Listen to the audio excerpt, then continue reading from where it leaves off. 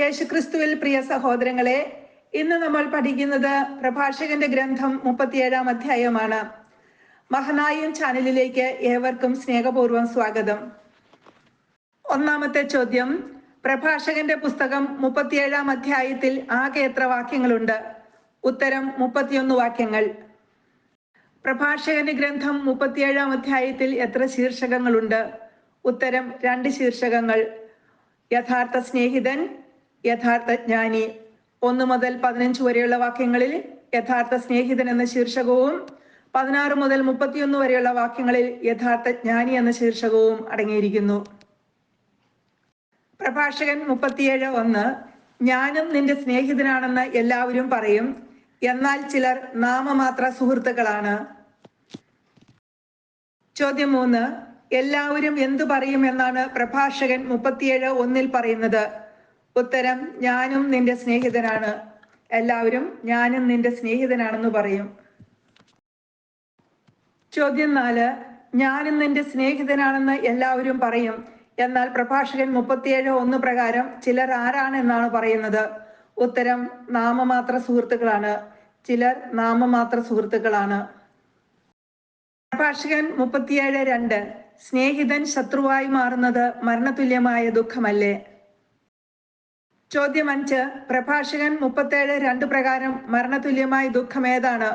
ഉത്തരം സ്നേഹിതൻ ശത്രുവായി മാറുന്നത്. സ്നേഹിതൻ ശത്രുവായി മാറുന്നത് മരണതുല്യമായ ദുഃഖമാണ്. പ്രഭാഷകൻ 37:3, ദുഷിച്ച ഭാവനയെ ലോകത്തെ വഞ്ചന കൊണ്ട് നിറയ്ക്കാൻ നീ എന്തിനുണ്ടായി? ചോദ്യം 6, ലോകത്തെ വഞ്ചന കൊണ്ട് നിറയ്ക്കാൻ നീ എന്തിനുണ്ടായി എന്ന് പ്രഭാഷകൻ 37:3 ആരോടാണ് ചോദിക്കുന്നത്? ഉത്തരം ദുഷിച്ച ഭാവനയോട്. പ്രഭാഷകൻ 37:4, ചില സ്നേഹിതന്മാർ കൂട്ടുകാരന്റെ സന്തോഷത്തിൽ ആനന്ദിക്കുന്നു, എന്നാൽ ആപത്ത് വരുമ്പോൾ അവനെതിരായി തിരിയും. പ്രഭാഷകൻ 37:4 പ്രകാരം ആരാണ് കൂട്ടുകാരന്റെ സന്തോഷത്തിൽ ആനന്ദിക്കുന്നത്? ഉത്തരം ചില സ്നേഹിതന്മാർ. ചില സ്നേഹിതന്മാർ കൂട്ടുകാരന്റെ സന്തോഷത്തിൽ ആനന്ദിക്കുന്നു. കൂട്ടുകാരന്റെ സന്തോഷത്തിൽ ആനന്ദിക്കുന്ന ചില സ്നേഹിതർ ആപത്ത് വരുമ്പോൾ എന്തു ചെയ്യും? ഉത്തരം അവനെതിരായി തിരിയും. ചോദ്യം 9, എപ്പോഴാണ് കൂട്ടുകാരന്റെ സന്തോഷത്തിൽ ആനന്ദിക്കുന്ന ചില സ്നേഹിതർ അവനെതിരായി തിരിയുന്നത്?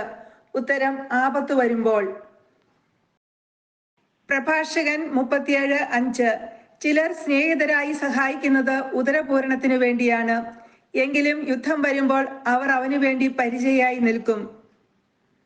ചോദ്യം 10, ചിലർ സ്നേഹിതരായി സഹായിക്കുന്നത് എന്തിനു വേണ്ടിയാണ്?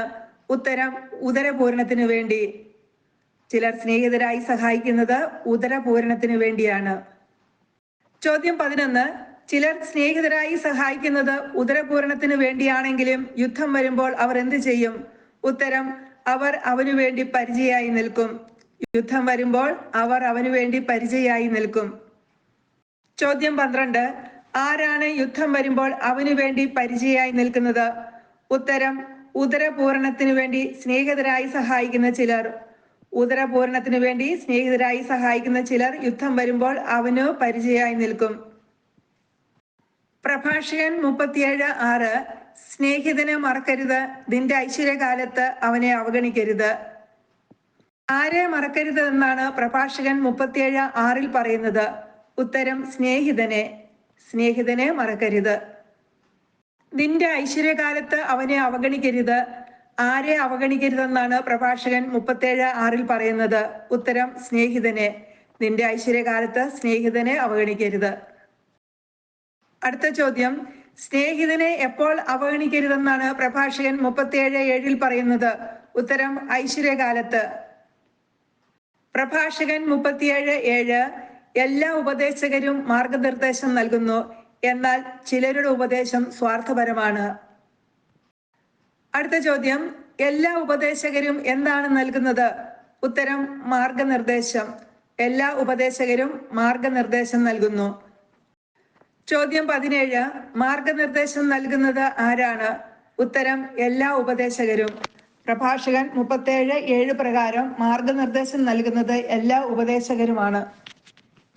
അടുത്ത ചോദ്യം, എല്ലാ ഉപദേശകരും മാർഗനിർദ്ദേശം നൽകുന്നു. എന്നാൽ പ്രഭാഷകൻ 37:7 പ്രകാരം ചിലരുടെ ഉപദേശം എപ്രകാരമുള്ളതാണ്? ഉത്തരം സ്വാർത്ഥപരമാണ്. ചിലരുടെ ഉപദേശം സ്വാർത്ഥപരമാണ്. പ്രഭാഷകൻ 37:8 ഉപദേശകനെ സൂക്ഷിച്ചു കൊള്ളുക. ആദ്യം അവന്റെ ലക്ഷ്യം ഗ്രഹിക്കണം. അവൻ നിന്നെ ചതിച്ചെന്ന് വരാം. സ്വാർത്ഥ ലാഭമായിരിക്കാം അവന്റെ ഉന്നം. ആരെ സൂക്ഷിച്ചു കൊള്ളുക എന്നാണ് പ്രഭാഷകൻ 37:8 പറയുന്നത്?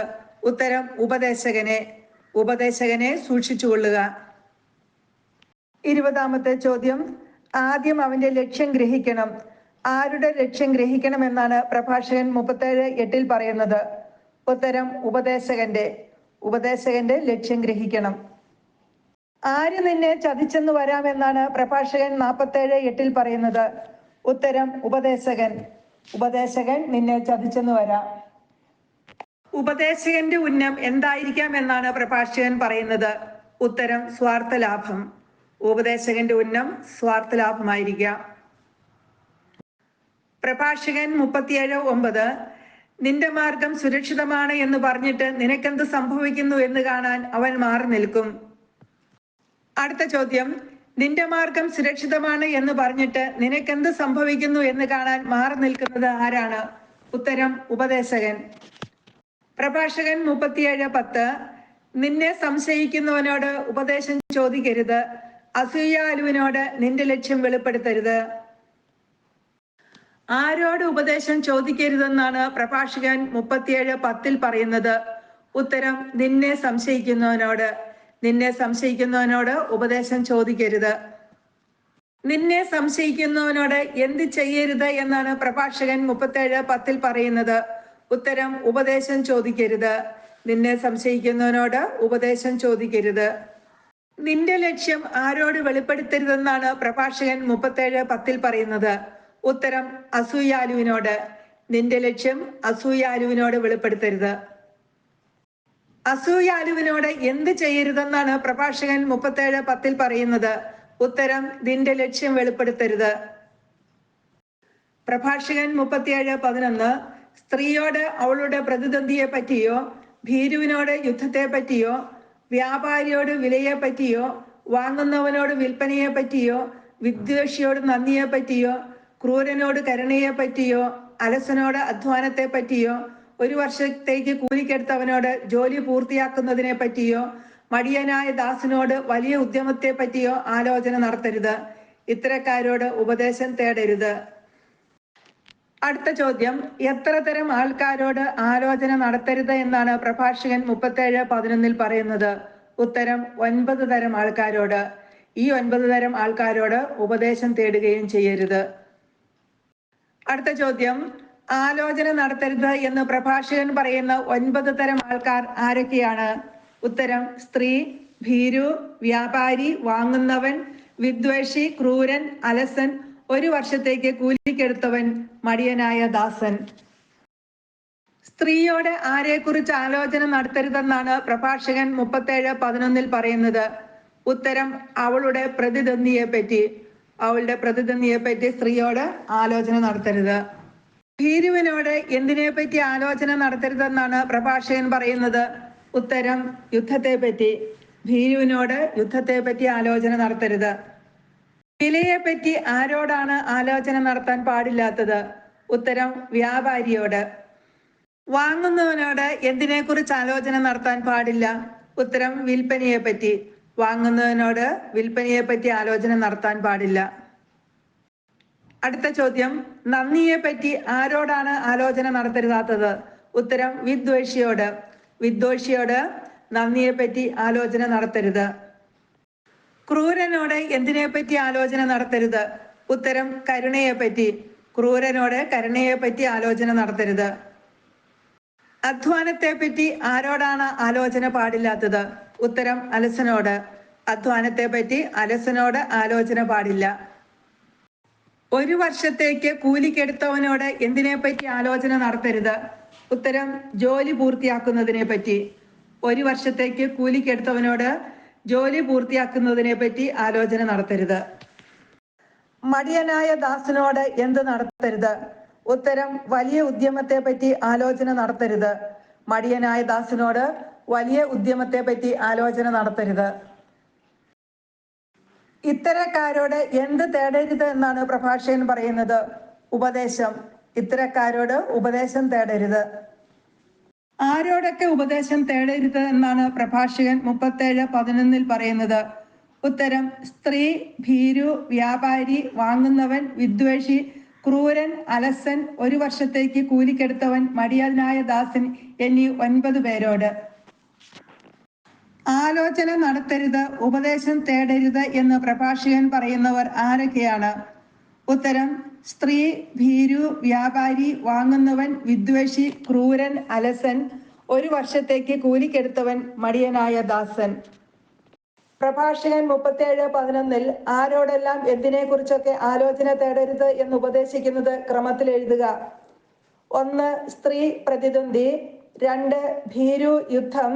3. വ്യാപാരി വില. 4. വാങ്ങുന്നവൻ വിൽപ്പന. 5. വിദ്വേഷി നന്ദി. 6. ക്രൂരൻ കരുണ. 7. അലസൻ അധ്വാനം.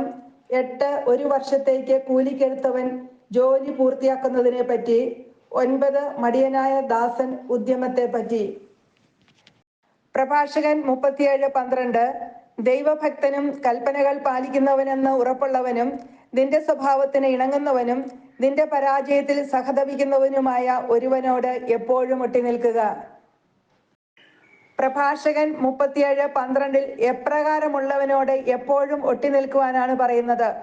ഉത്തരം: ദൈവഭക്തനും കൽപ്പനകൾ പാലിക്കുന്നവനെന്ന് ഉറപ്പുള്ളവനും നിന്റെ സ്വഭാവത്തിന് ഇണങ്ങുന്നവനും നിന്റെ പരാജയത്തിൽ സഹതപിക്കുന്നവനുമായ ഒരുവനോട്.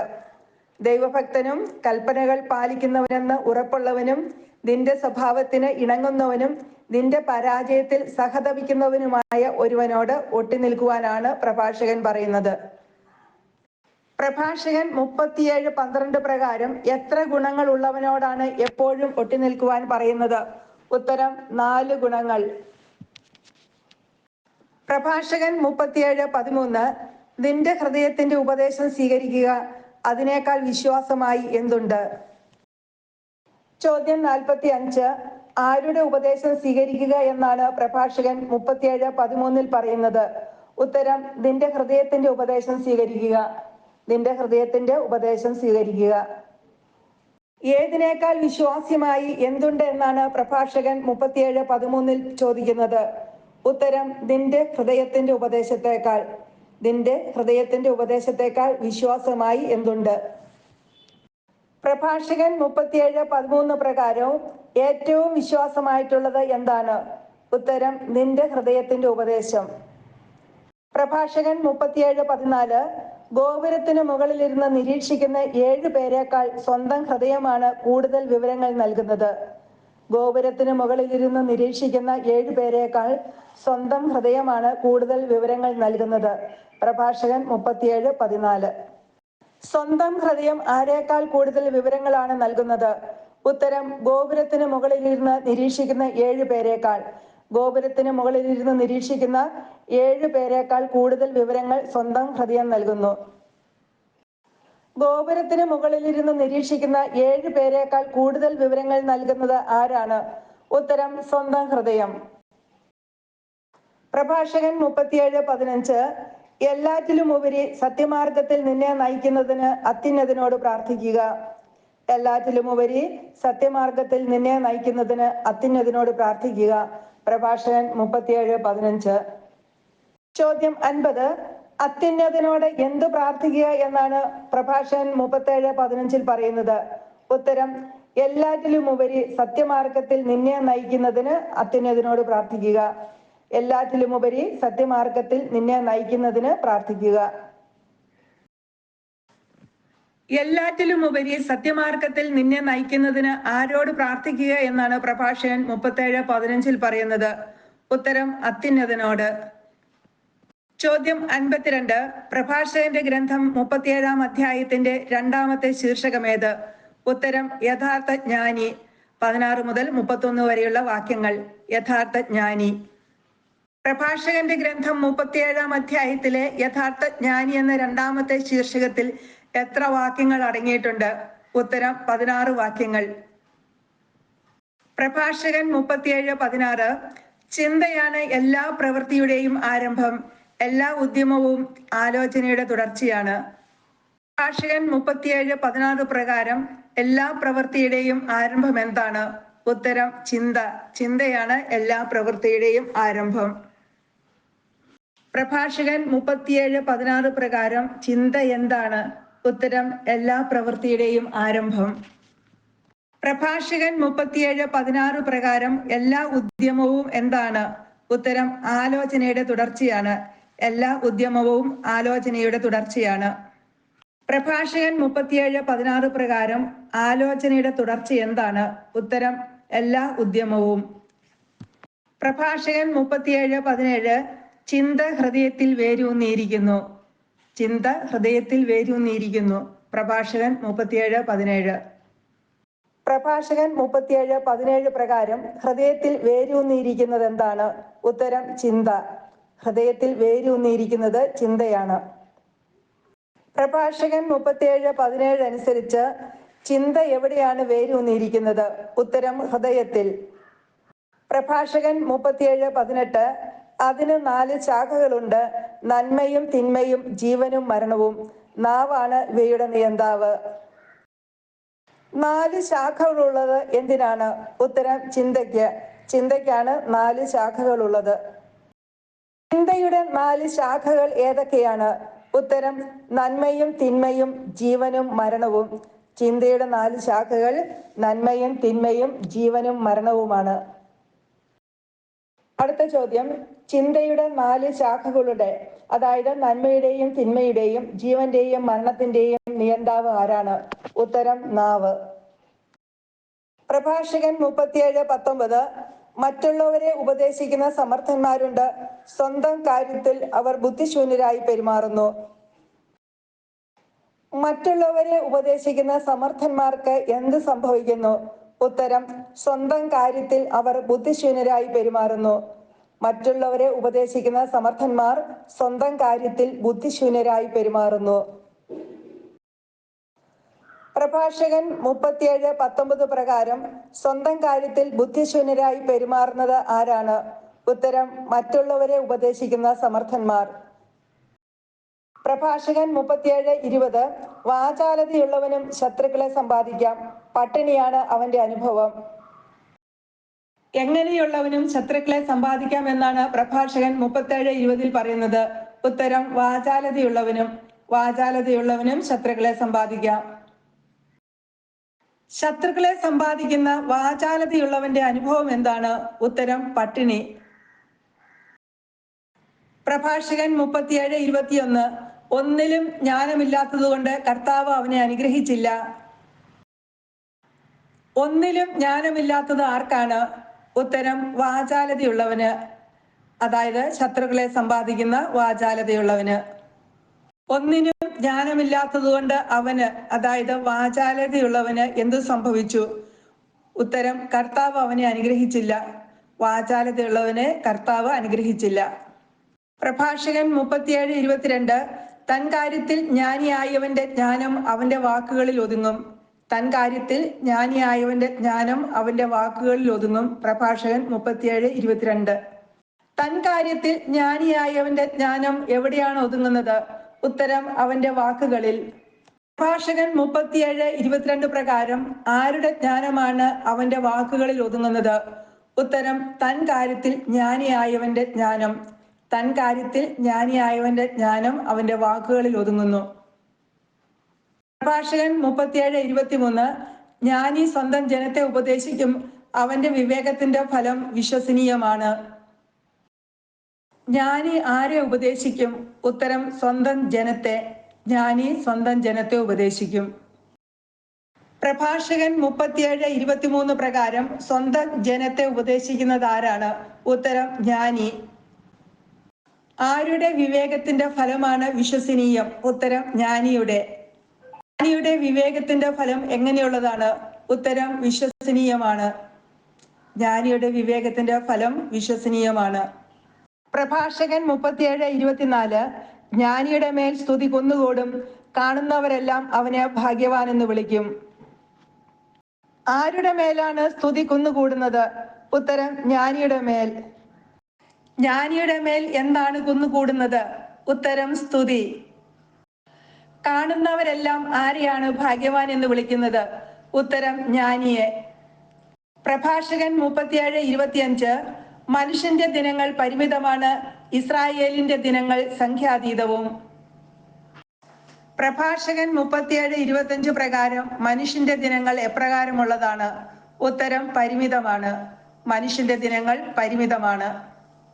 പ്രഭാഷകൻ 37:25 പ്രകാരം ആരുടെ ദിനങ്ങളാണ് പരിമിതം? ഉത്തരം മനുഷ്യന്റെ ദിനങ്ങൾ. പ്രഭാഷകൻ 37:25 അനുസരിച്ച് ഇസ്രായേലിന്റെ ദിനങ്ങൾ എപ്രകാരമുള്ളതാണ്? ഉത്തരം സംഖ്യാതീതമാണ്. ഇസ്രായേലിന്റെ ദിനങ്ങൾ സംഖ്യാതീതമാണ്. പ്രഭാഷകൻ 37:25 അനുസരിച്ച് ആരുടെ ദിനങ്ങളാണ് സംഖ്യാതീതം? ഉത്തരം ഇസ്രായേലിന്റെ ദിനങ്ങൾ. പ്രഭാഷകൻ 37:26 ജ്ഞാനി സ്വജനമധ്യേ ആദരം നേടും, അവന്റെ നാമം അനശ്വരമാകും. സ്വജനമധ്യേ ആദരം നേടുന്നത് ആരാണ്? ഉത്തരം ജ്ഞാനി. പ്രഭാഷകൻ 37:26 പ്രകാരം സ്വജനമധ്യേ ആദരം നേടുന്നത് ജ്ഞാനിയാണ്. അവന്റെ നാമം അനശ്വരമാകും. പ്രഭാഷകൻ 37:26 പ്രകാരം ആരുടെ നാമമാണ് അനശ്വരമാകുന്നത്? ഉത്തരം ജ്ഞാനിയുടെ. പ്രഭാഷകൻ 37:27 മകനെ ജീവിച്ചിരിക്കുമ്പോൾ ആത്മശോധന നടത്തുക, ഹാനികരമായത് ചെയ്യരുത്. പ്രഭാഷകൻ 37:27 എന്തൊക്കെ കാര്യങ്ങളാണ് ആവശ്യപ്പെടുന്നത്? ഉത്തരം ജീവിച്ചിരിക്കുമ്പോൾ ആത്മശോധന നടത്തുക, ഹാനികരമായത് ചെയ്യരുത്.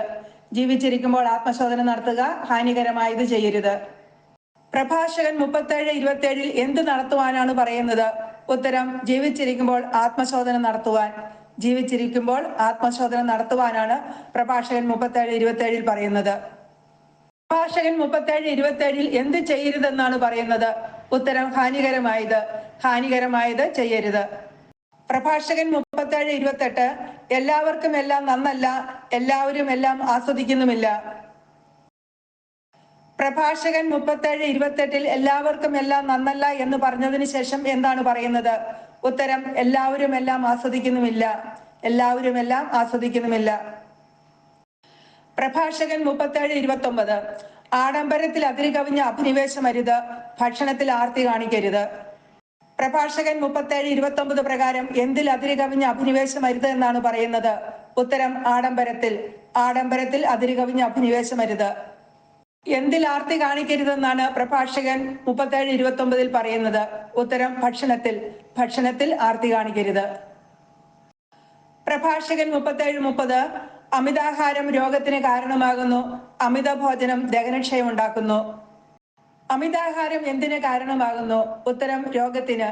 അമിതാഹാരം രോഗത്തിന് കാരണമാകുന്നു. പ്രഭാഷകൻ 37:30 പ്രകാരം ദഹനക്ഷയം ഉണ്ടാക്കുന്നത് എന്താണ്? ഉത്തരം അമിത ഭോജനം. അമിത ഭോജനം ദഹനക്ഷയം ഉണ്ടാക്കുന്നു. അമിത ഭോജനം എന്തിന് കാരണമാകുന്നു? ഉത്തരം ദഹനക്ഷയത്തിന്. അമിത ഭോജനം ദഹനക്ഷയത്തിന് കാരണമാകുന്നു. പ്രഭാഷകൻ 37:31 അമിത ഭോജനം അനേകരുടെ മരണത്തിനിടയാക്കിയിട്ടുണ്ട്, അത് നിയന്ത്രിക്കുന്നവന് ദീർഘായുസ് ഉണ്ടാകും. പ്രഭാഷകൻ 37:31 അനുസരിച്ച് എന്താണ് അനേകരുടെ മരണത്തിനിടയാക്കിയിട്ടുള്ളത്? ഉത്തരം അമിത ഭോജനം. പ്രഭാഷകൻ 37:31 പ്രകാരം അമിത ഭോജനം എന്തിനിടയാക്കിയിട്ടുണ്ട്? ഉത്തരം അനേകരുടെ മരണത്തിന്. അമിത ഭോജനം അനേകരുടെ മരണത്തിനിടയാക്കിയിട്ടുണ്ട്. പ്രഭാഷകൻ 37:31 പ്രകാരം അമിത ഭോജനം നിയന്ത്രിക്കുന്നവന് എന്തുണ്ടാകും? ഉത്തരം ദീർഘായുസ് ഉണ്ടാകും. അമിത ഭോജനം നിയന്ത്രിക്കുന്നവന് ദീർഘായുസ് ഉണ്ടാകും. പ്രഭാഷകൻ 37:31 പ്രകാരം ആർക്കാണ് ദീർഘായുസ് ഉണ്ടാകുന്നത്? ഉത്തരം അമിത ഭോജനം നിയന്ത്രിക്കുന്നവന്. പ്രഭാഷകന്റെ ഗ്രന്ഥം 37-ാം അധ്യായത്തിൽ നിന്നുള്ള ചോദ്യോത്തരങ്ങൾ ഇവിടെ അവസാനിക്കുന്നു. എല്ലാവർക്കും നന്ദി.